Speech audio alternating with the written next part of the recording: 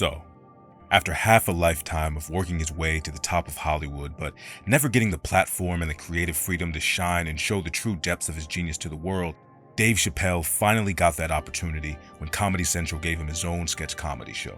And Dave took that opportunity and made one of the funniest pieces of entertainment that the world had ever seen. To this day, The Chappelle Show is still considered to be one of the greatest comedy shows to ever exist, and it made its greatness clear from the series premiere all the way to the season finale. Usually it takes a while for a show, especially in comedy, to get good. The first season is often like the testing ground for the writers to throw a bunch of ideas and concepts at the audience and see what sticks. The first season of a great comedy series is rarely its best. If you don't believe me, you can go back and watch the first season of Seinfeld or Family Guy or Fresh Prince of Bel-Air or Always Sunny in Philadelphia. You'll probably find that the writing and the characters haven't really found themselves yet in that season. In some cases, like Always Sunny for instance, they'll be almost unrecognizable from how they appear and act in later seasons. Even if the first season of a show is funny, it will still be apparent in retrospect just how much they were leaving on the table at that time. Chappelle's show is an interesting case because the first season was incredible, all things considered. And as I illustrated in my previous video about season 1 of The Chappelle Show, there are several iconic and all-time great characters, jokes, and episodes that people still reference and laugh about today. The idea that the second season of The Chappelle Show would be just as funny was believable, but also the second season failing to live up to expectations was also conceivable given just how high the first season set the bar. But I highly doubt anyone was believing that the second season of The Chappelle Show would blow the first season out of the water in terms of how funny it was. That was basically impossible to fathom. Well, in January of 2004, just a year after the first season of The Chappelle Show aired, the second season of The Chappelle Show released and did the impossible. What? So when I say that season 2 of Chappelle's Show is twice as funny as season 1, I don't really have a way to back up that claim other than to say, I think that season 1 of Chappelle's Show is one of the funniest seasons of comedy ever. But I also think that season 2 of Chappelle's Show is the funniest season of comedy ever. Right up there with season 2 of The Boondocks, season 2 of Arrested Development, season 8 of South Park, season 5 of Always Sunny, season 2 of Delocated, season 2 of Aqua Teen Hunger Force, season 2 of Atlanta, season 4 of Reno 911, pretty much any season of Family Guy or The Simpsons before the late 2000s, and season 2 of The Venture Brothers. Damn, that's a lot of season 2s. Also, I have watched way too much television in my life. Wait, what was I talking about again? Oh yeah, Chappelle's Show being really funny. That's right. Buckle up, baby. In my video about season 1, I explained how there seemed to be a clear theme throughout most of the sketches relating to bastardizing Hollywood's tropes with Dave's classic racial slant and skewed perspective. It wasn't the theme of every sketch, but when you look at the Trading Spouses Interracial Edition or the Mad Real World sketch where they flip everything on its head and put one white guy in a home full of crazy black people, you can hopefully see the direction that the season was going in with many of its sketches. There are a few examples of this in season 2, but for the most part, season 2 kind of ditches this theme of attacking Hollywood tropes and instead focuses on, for lack of a better term, funny ass. What is the 5 fingers say to the face? What? Slap! Like, you can really tell that the writers took what worked in season 1 and really found their comfort zone in season 2. There's little to no fluff with the sketches in this season, unlike season 1, where every episode was good for at least one dud or just kind of a whatever forgettable miss of a sketch. Season 2 overall focuses more on big, multi-part sketches that take up damn near the whole episode. It's almost as if when Chappelle and the rest of the writers realized something had potential in this season, they just went all out with it and tried to squeeze every laugh they could out of it before making another sketch. And this leads to, as I've stated multiple times already, the funniest season of television I think I've ever seen. Season 2 of Chappelle's Show is Michael Jackson in the 80s, it's Jordan in the 90s, it's Denzel Washington in the early 2000s, it's Madara Uchiha touching down on the battlefield of the 4th Great Ninja War and looking at a sea of soon-to-be dead ops. Was that last reference too nerdy? My bad. Thought this was one of my anime videos for a second, which not enough of you watch, by the way. Anyway, what I'm trying to say is that watching season 2 of The Chappelle Show is like watching a master of their craft operating in their prime for the world to see. I don't think Dave Chappelle has ever been funnier in anything before or after season 2 of The Chappelle Show. This season has stood as the artistic peak of his career for over 2 decades, which makes it all the more tragic that the end of season 2 would stand as the beginning of his career's lowest point. Trust me, we will definitely get into that eventually in this retrospective series, but for now, Let's enjoy the greatness that is Season 2 of The Chappelle Show. Chappelle Show. Chappelle Show. Chappelle Show. Chappelle Show. Chappelle Show. Oh! Woo-hoo-hoo! Woo-hoo! Yeah, yeah. Let's start the show. Quick heads up. There is actually a banned episode of The Chappelle Show that you can't find on Netflix or any other major streaming service nowadays. Luckily, the episode doesn't really have many iconic sketches and was probably the weakest episode of Season 2 overall, but I just figured that I'd mention it here since I won't really be analyzing anything from it later. And just to be fully transparent about what this video was going to be like in comparison to the Part 1 video, most of the analytical dissecting of Dave Chappelle, his worldview, and how it was expressed through his comedy was done in that previous video. This video is not going to have nearly as much of that deep analysis that one did, one, because of the reason I just stated, but two, because there really wasn't as much to analyze with a lot of these sketches. Like, the first sketch of the season is a commercial for a new brand of beer based on Samuel L. Jackson, and it's just Dave screaming classic Sam Jackson quotes at people at a nice restaurant. How's it taste, motherfucker? Oh, yes, they deserve to die, and I hope they burn in hell. Like, what is the societal critique or deeper message about race in America in this sketch? There kinda isn't any, but it still makes me laugh my ass off every time I watch it, so that's good enough for me.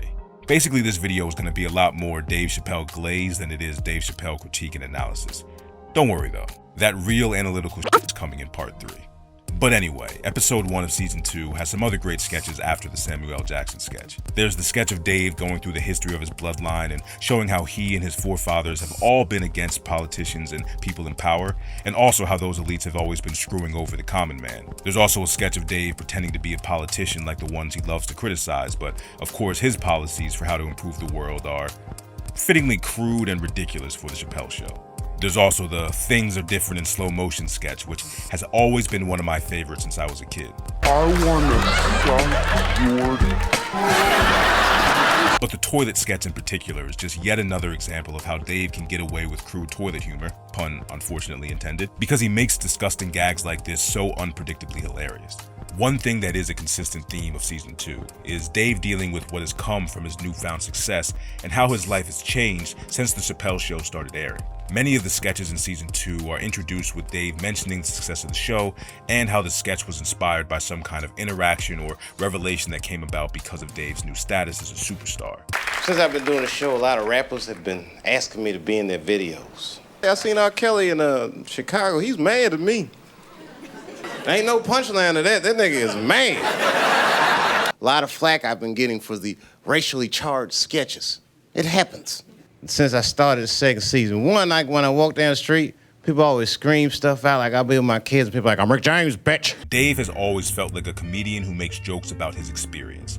The things he sees, hears, and feel become the canvas for him to create his outlandish jokes and the foundation for him to build his comedy upon. Expressing himself through this comedy is how he deals with the incoming stimuli of his life. This is very important to remember for when we get into what caused the Chappelle Show to end and why Dave went crazy and chose to walk away from the limelight for so long. Comedy was his outlet, and when he started to feel like his comedy was being used as a weapon against him and his people, it made him concerned about expressing himself with that kind of comedy again. So without that form of expression, he had no way to deal with the chaotic changes that his life was taking. But hey, forget about all that depressing existential bullshit. Let's talk about one of the most iconic sketches from the show, the racial draft sketch. So long, fried rice. Hello, fried chicken. I love you, Dad! Halle Berry is still available, as is Mariah Carey's crazy ass. The RZA, the Jizza, the God, Inspector Deck, Ghostface Killer, the Wu-Tang Clan! Seriously, this sketch still gets referenced in pop culture a lot. I myself have used this specific clip in like half of my videos. Tough break, nigga. It's always food.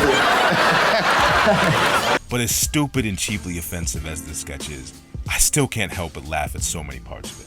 As I alluded to in the Part 1 video, one of the biggest messages, goals, themes, and whatever you want to call it of Chappelle's Show is bringing people together through highlighting, ridiculing, and criticizing our racial and cultural differences and insecurities.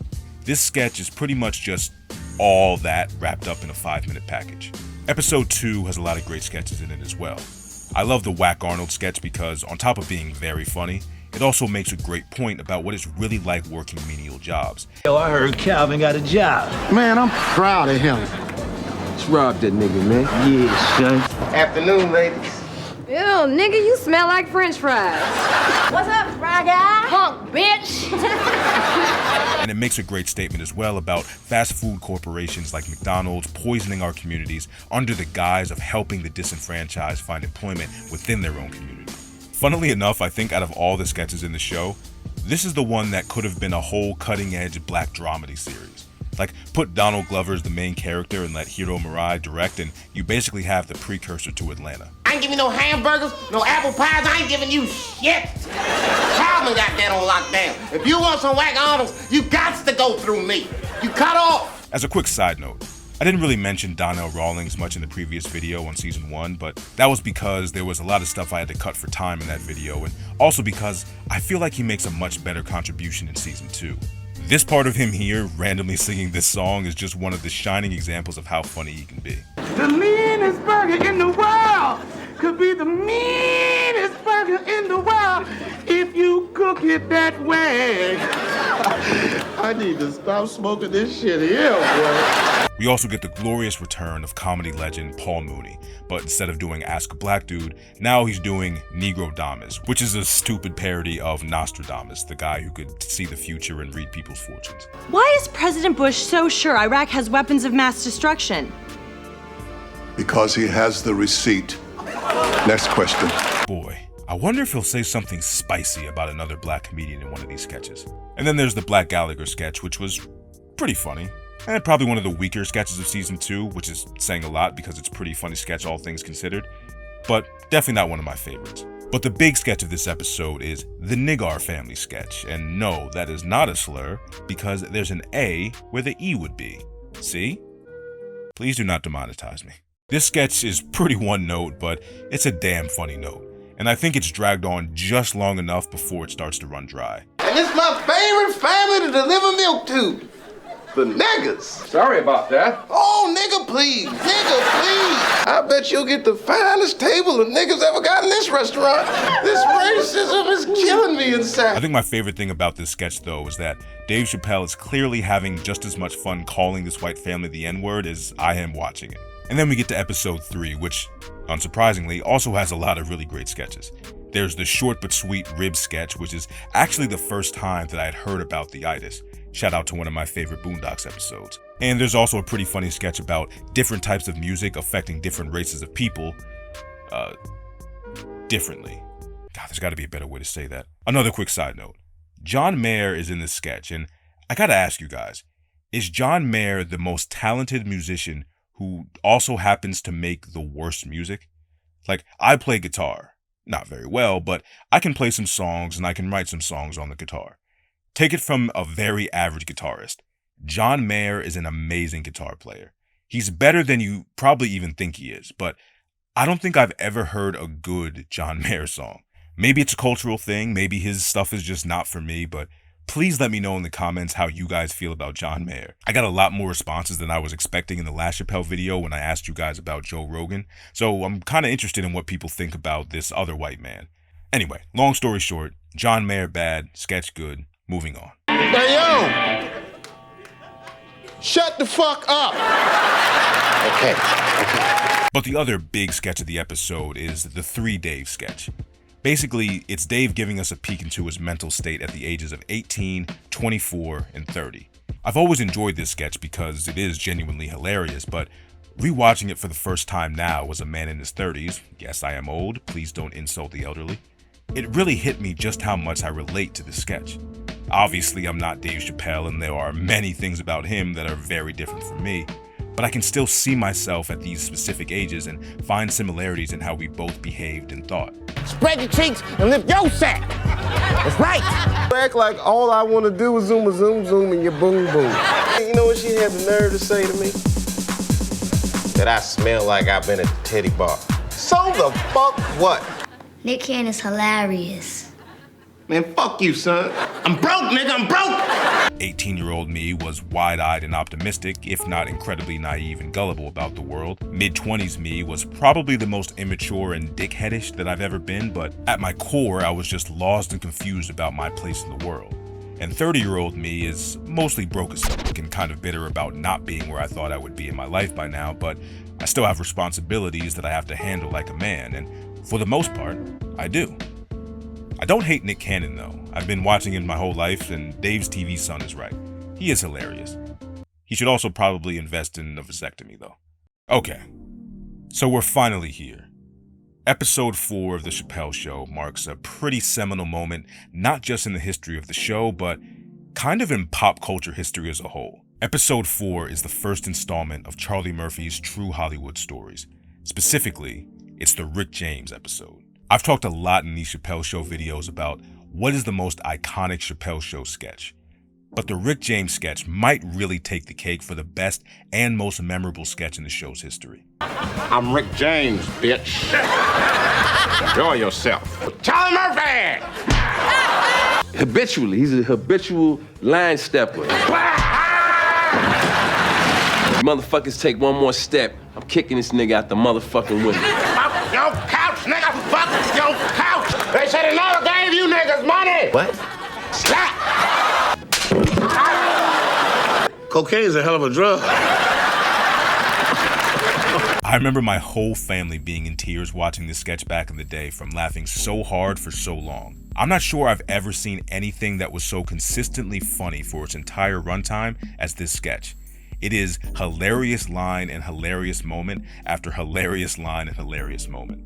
I've also mentioned in the part 1 video how I always appreciated Dave giving a spotlight to his fellow talented comedians on the show. And there might not be a better example of this than Charlie Murphy basically getting a chance to be in charge of an entire episode here. Charlie in front of the green screen basically serves as him introducing the Rick James themed sketches, like how Dave would introduce his sketches on stage in front of the audience. Kudos to Dave and the writers for realizing that this entire episode needed to just be the Charlie Murphy and Rick James stories, because I'm not sure anything else that they came up with could compete with this. After seeing this sketch and the other Charlie Murphy's True Hollywood Story sketch later in the season, I always wished that Charlie Murphy could have gotten some kind of spin-off show where it was just him regaling the audience with these batshit crazy shenanigans that he would get into with random celebrities back in the 80s and 90s. And of course, he would have his comedian friends reenact the events like a funny-ass episode of Forensic Files or something. It's kind of $1 million idea that Comedy Central and the rest of Hollywood just completely missed out on for whatever reason. But nevertheless, these True Hollywood Story sketches boosted Charlie Murphy's profile to crazy heights. It was to the point that in the mid-2000s, you could have made a strong case that he was actually just as big or in more demand than his little brother Eddie, which is a crazy accomplishment. But it wasn't just Charlie Murphy who benefited from this sketch. Rick James also became an icon for a second time in his life after these sketches came out. I was just a little kid who could barely name one Rick James song when I first saw this sketch. So to me and many people of my generation, this sketch is what we know Rick James best from. But thankfully, as I've gotten older, I've been able to go back and listen to the great music he made back in the 70s and 80s. It's clear that Rick James was one of the most important musicians of all time. He's responsible for many of the most beloved and memorable hit songs in R&B. And in a lot of ways, he's pretty underrated and underappreciated for all of the great contributions that he made to music and other artists. He always stood out as a truly unique and one-of-a-kind artist in every sense of the word. From his fashion, to his musical style, to his, as the kids say, aura. In some ways, it's kind of sad that these sketches are what a lot of people know him from today. But regardless of what he's remembered for most, the impact that he made on the world of music can never be taken away. R.I.P. to the god, Rick James. And for that girl backstage, never mind who you thought I was, I'm Rick James, bitch!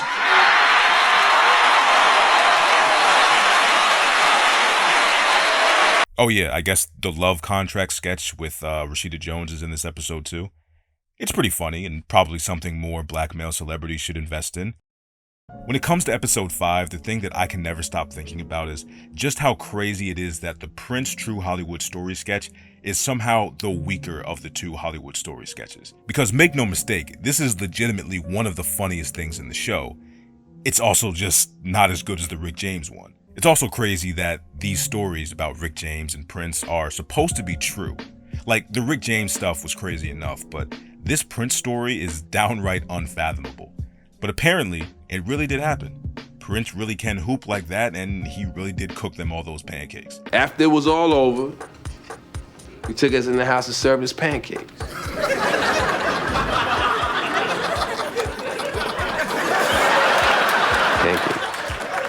Shout out to anyone who's ever won anything and the first thing that came out of their mouth was Game.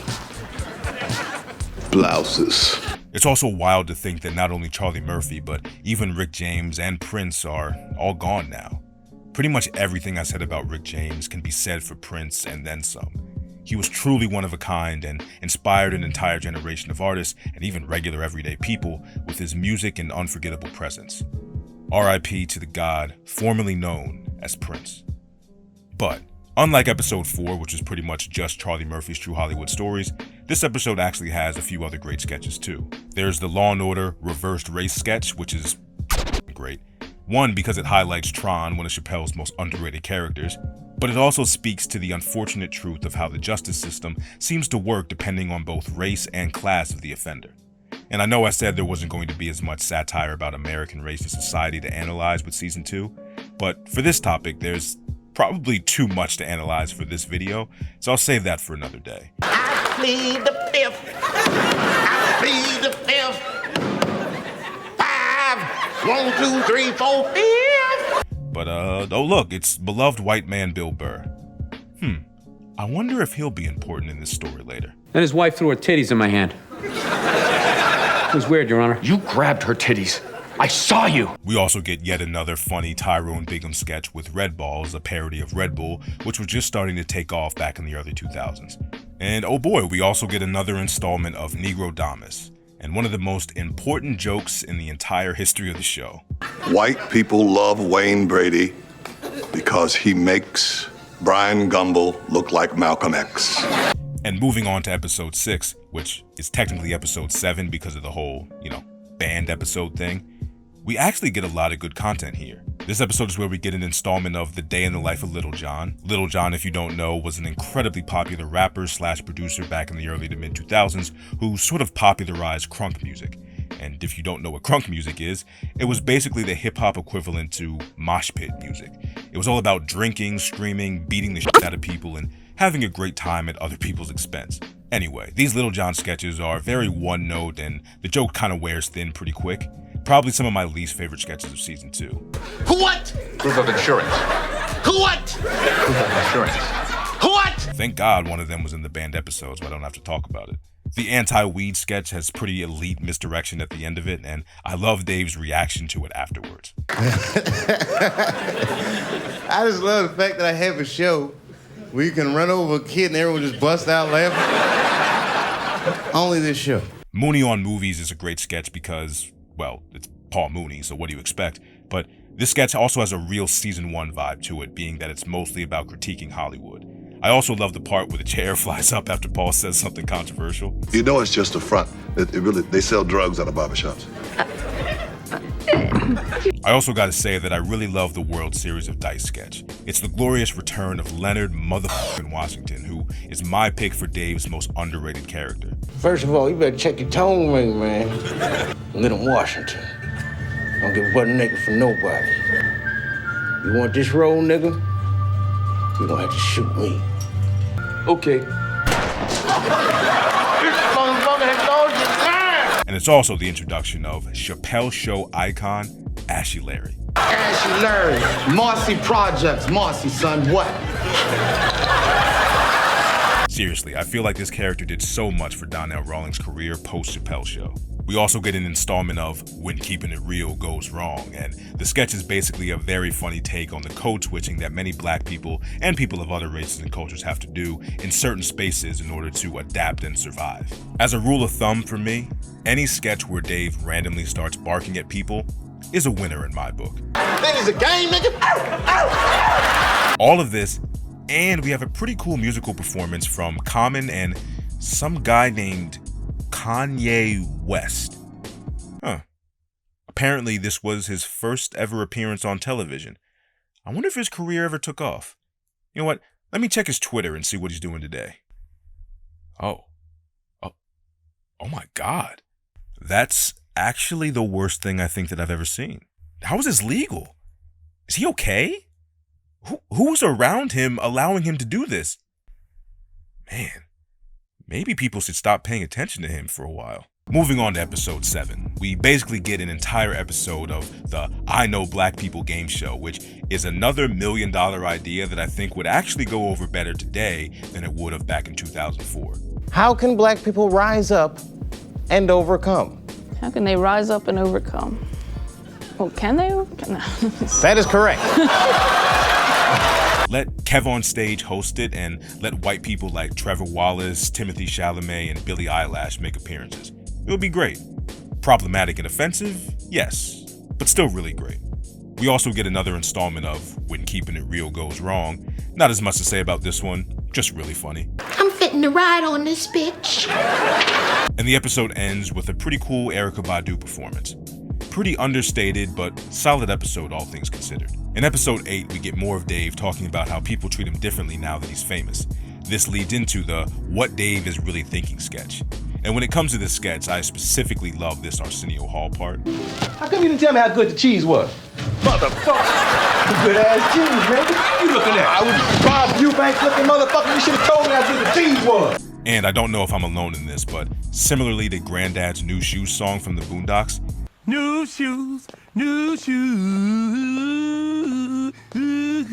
boy, Nike makes some good shoes. I find myself humming this melody all the time. The Dave Gets Oprah Pregnant sketch is really funny, but it's also pretty awkward considering that Dave would actually end up on a show in real life discussing why the Chappelle Show ended just a couple years later. Kind of a full circle moment, but not the one you want. Also, I love the part in this sketch where Dave complains to his staff at the network that no one ever listens to me. Hey, you know I never approved this. Nobody ever listens to me around here. I'm not dangerous. At least I wasn't dangerous. Yeah, no foreshadowing needed on that one. There's also the Dave doesn't believe black celebrities are guilty sketch, which is another one that speaks to a very real thing among the black community, and again, I'm sure other minority communities in America. Whether it's R. Kelly, Bill Cosby, Michael Jackson, O.J. Simpson, Tory Lanez, there will always seem to be a large population of black people who refuse to believe that these people are guilty, regardless of the evidence in front of them. Some of us just don't want to see another successful black man be put in prison and lose everything. Some people just genuinely believe that everything is some sort of elitist setup to keep black people from gaining too much power. Either way, one thing about this is for sure. Michael Jackson definitely did make Thriller, and that definitely does go a long way. So do you think Michael Jackson is guilty of the charges against him? No, man. He made Thriller. Thriller. So you'd let your children sleep with him? Fuck no! We also get a very strange performance from Wyclef Jean, who will return in the show later. Actually, he's gonna be in the very next episode.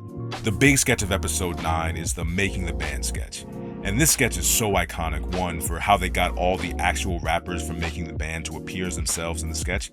Well, except for Dillon, simply because they were mostly just making fun of him, and he understandably didn't want to be a part of that. Who are the 5 best rappers of all time? Think about it. Dillon, and Dillon. Because I spit hot fire. And 2, for Dave's portrayal of P. Diddy, who, well, I'm sure I don't really need to say much about him. It's also funny because as ridiculous as the tasks that Dave Diddy asked the cast to do in this sketch, it's not really too far off from the shit that real Diddy made the cast of Making the Band do in other shows like it. Breast milk, you made my day. And then there's the Dudes Night Out sketch, which is definitely a less significant sketch, all things considered. But man, do I love this. It's so accurate despite how over the top it is. There's always that one friend that gets way too lit and escalates to an unnecessary level, and then of course they drag everybody else into their nonsense, and then a bunch of unspeakable shit happens that we vow to never let leave the friend group, and then we do it all again the next weekend. Man, I miss those days. And then there's the fake Sesame Street sketch, which has always been one of my favorites. Is it just me, or does it feel like kid cartoons and kid shows used to address shit like drug addiction and homelessness back in the day, but it feels like at a certain point, they all stopped touching on serious world issues like that? Either way, this was a great callback to those kid shows of yesteryear, and this Charlie Murphy song specifically made way too much of an impression on me as a kid. He works hard. Why? So you can go out and buy a bunch of shit that you don't need, driven by your punk ass hopes and greed. That's why I say, fuck it.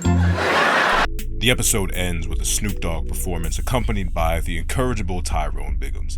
There's definitely more of a focus on musical performances in Season 2 compared to Season 1, which is not necessarily a good or bad thing, just something I noticed on my rewatch. Also, something else I'm noticing just now while writing the script after the fact, I remember there actually being way more performances than what's currently in the episodes on Netflix. Like, there was definitely a Ludacris performance with 2 Chainz in the background before he was 2 Chainz that I'm pretty sure took place in some sort of boxing ring or something, and then there was a whole Big Boy performance that seems to be missing that's not on Netflix. Yeah, I don't know what's going on with that. Anyway, on to the next episode. As great as the sketches in Season 2 are, I feel like a lot of them lack the same low-budget charm and creativity from Season 1. Episode 10, though, is an entire episode about the show's greatest failed sketches that didn't make the cut for other episodes. And this, by far, has the biggest Season 1 energy out of all the Season 2 episodes. There's a lot of funny failures shown in this episode. The Mandela sketch is great, and I still can't get over how terrible that wig is. You think Mandela doesn't know what this is? You think Mandela doesn't know it's popping on the streets? The gay version of everything sketch was probably mildly offensive to gay people, but still has a lot of funny moments. This gay boxer sketch specifically reminds me a lot of the Key and Peele sketch that would come out much later. The sketch where the player haters from the Player Haters Ball start time traveling is just too ridiculous to not be funny, and let me just say, the world could use a lot more entertainment involving people beating the shit out of Nazis nowadays. Also, it's only right, since I'm making a video about the Chappelle Show, that I mention this guy at least once. Let me holler at you, let me holler at you, let me holler at you. Holla, holla, holla, holla, holla, holla, holla, holla, holla, holla, holla, holla, holla. R.I.P. to the God, let me holla at you guy. I'm hollering, bitch, don't you hear me? Bitch, I'm hollering, holla. And now we get into episode 11, which is also in the running for being the greatest episode of the Chappelle Show ever. It kinda has almost everything that I could ask for. Meta jokes about Dave's issues with the network, a callback to a previous great sketch, great celebrity cameos all throughout it, and not to mention an all-time Wayne Brady sketch, and a low-key touching story of black actors sticking together and not allowing a joke or misunderstanding create a beef or division between them. The entire premise of this episode was born out of Paul Mooney's joke from a Nigo Damas sketch earlier in the season.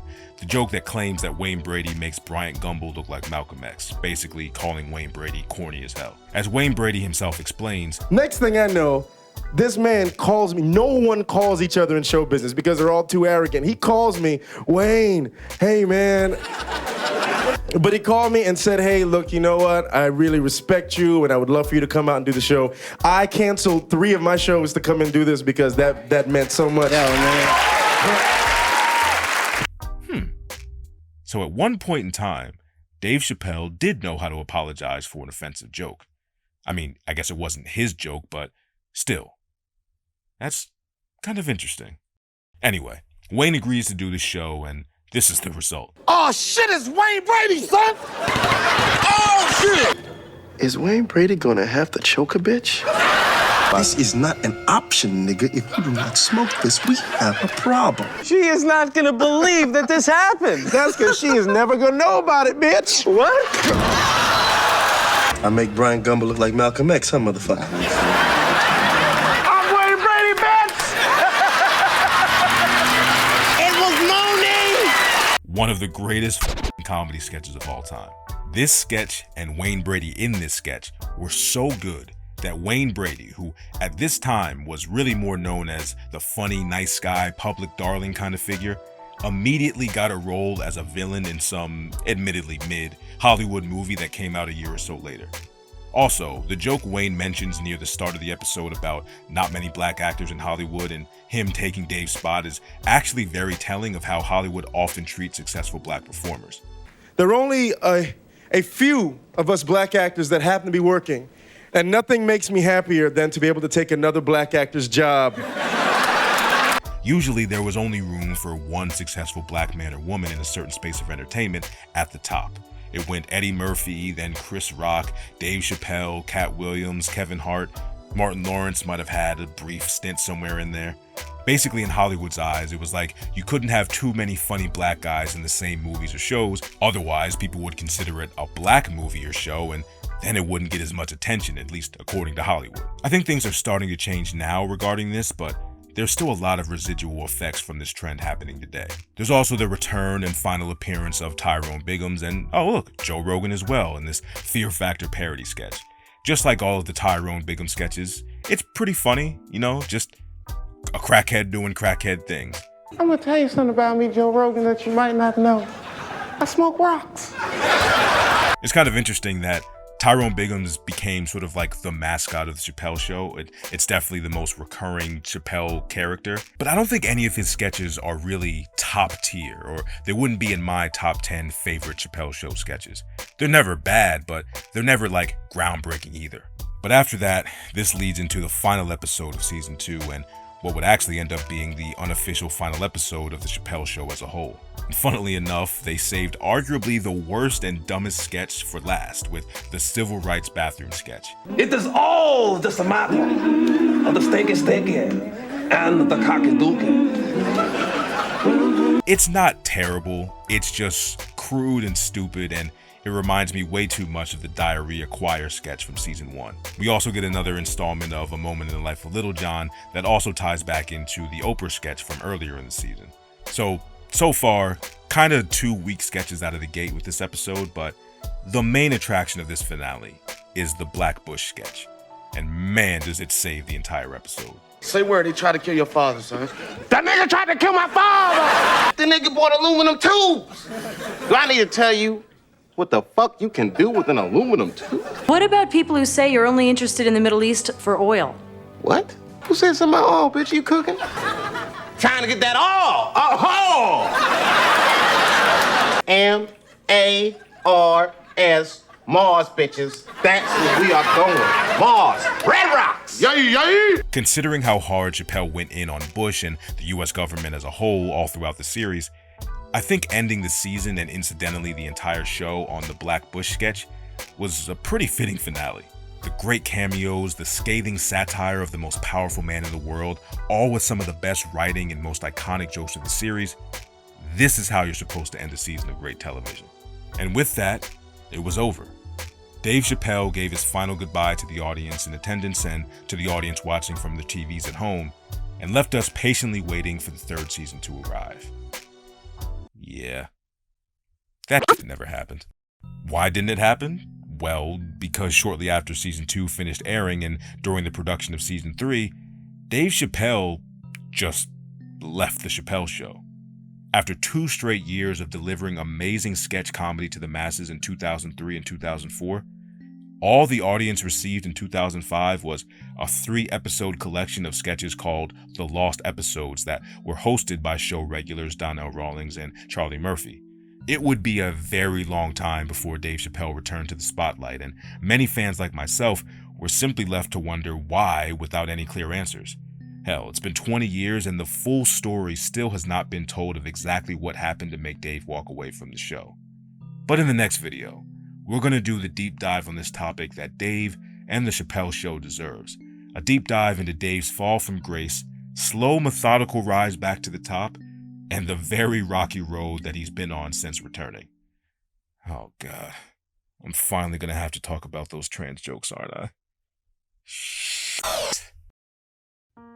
So I had originally planned on going into more detail about the end of the Chappelle Show and Dave's whole existential crisis that led to its demise, but I realized 2 things. 1, this video ended up being way longer than I thought it would be originally, and 2, I realized that I didn't really want to sully this video and end it on such a negative note, because the story of the end of the Chappelle Show is a sad story. It's a very bad story. It has a somewhat happy ending, but the actual process of explaining it would be a downer. And if it wasn't obvious by now, I clearly really love season 2 of The Chappelle Show. It's one of my favorite things ever, and it was so integral in my upbringing and how I became the man I am today that I don't want to look back on it and think about how it was the end of something great. And I especially don't want to look back at it and think about how something so great ended up causing so much pain and confusion for the people involved in creating it. Basically, I wanted this video to stand as a tribute to a great piece of art and not be bogged down by the negative effects that it caused. Excluding the behind-the-scenes issues of the show's cancellation from this video will also allow the final part of the retrospective series to be like the true critique of Chappelle that these past 2 videos have basically been leading up to. Because I think explaining his reason for leaving the entertainment industry in the mid-2000s will help explain his reasoning for coming back in the mid to late 2010s, and also his reasoning for many of the questionable decisions he's made throughout the 2020s. So to summarize, the Chappelle Show may be over, but I still have a lot more to say about both the show and Dave as a person and comedian. So season 2 was amazing, but it wasn't all sunshine and rainbows. It was an amazing piece of art that was born from a chaotic situation that was always boiling under the surface. And if you enjoyed this video, I hope you'll be back for part 3, where we will discuss what happened when that chaos boiling under the surface finally erupted and destroyed everything. I'll talk to you in the next one. Peace.